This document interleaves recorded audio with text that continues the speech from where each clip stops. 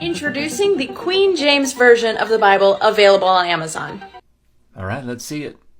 In the description, they literally claim that King James was a well-known bisexual.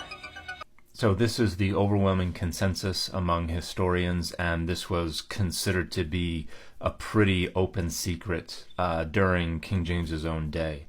He was known to be publicly affectionate with Esme Stuart, the first Duke of Lennox, Robert Carr, the first Earl of Somerset, and George Villiers, the first Duke of Buckingham. Some of these men referred to themselves as James's lovers. Some of them had passageways that were built in certain manor houses between James's bedchambers and their own. We have letters where they're referring to each other as their own lovers, where they're complaining about someone leaving their bedchamber the night before and not staying the night in their bedchamber.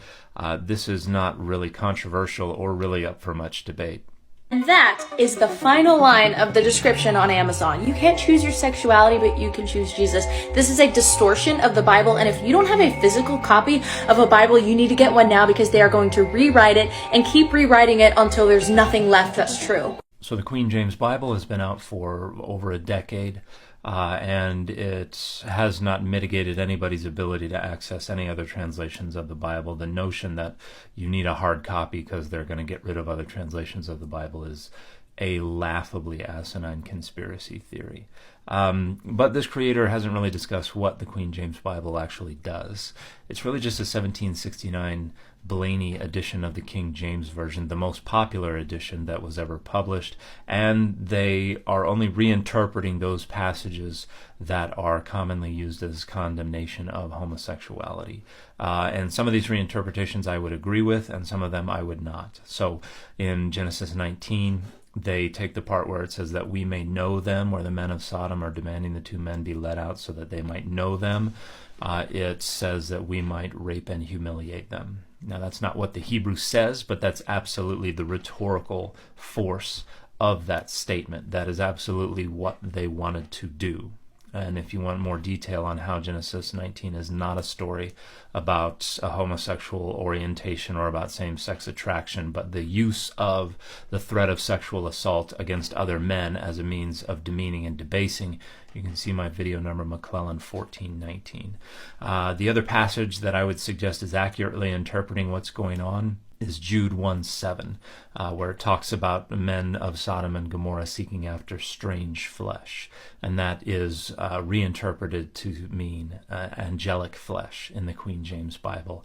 And that is in perfect alignment with the overwhelming academic consensus regarding what's going on here. The Greek says sarkosoteros. It means other flesh. This is not a reference to just unnatural sexual intercourse. It's a reference to sexual intercourse between humans and non-humans, based on the widespread understanding during that time period that angels coming down and having children with human women is one of the greatest evils that was perpetrated on the earth at that time. And so it interprets Sodom and Gomorrah as a story about humans seeking out sexual intercourse with angels. Now, the other passages that this edition of the Bible reinterprets, Romans 1, 1 Corinthians 6, 1 Timothy 1. These are based on arguments that I've seen scholars argue for in the past, but these are minority views. They are not the consensus view, and I don't think the arguments are very strong that these are really references to any kind of cultic impropriety or anything like that. I do think those passages are referring to same-sex intercourse, but as I've discussed many times on my channel, it's not as simple as just talking about homosexuality in general, or even a homosexual orientation, which was a conceptual framework that did not exist at the time. So to sum up, this creator doesn't really have a firm grasp of these issues or what they're talking about. This Bible makes a couple of changes that I think are in alignment with the academic consensus and make the text easier to understand, and then it makes some other changes that I would argue are not in alignment and actually move away from what the texts were intended to communicate. But if you think you might appreciate this Bible, go ahead and pick up a copy and check it out for yourself.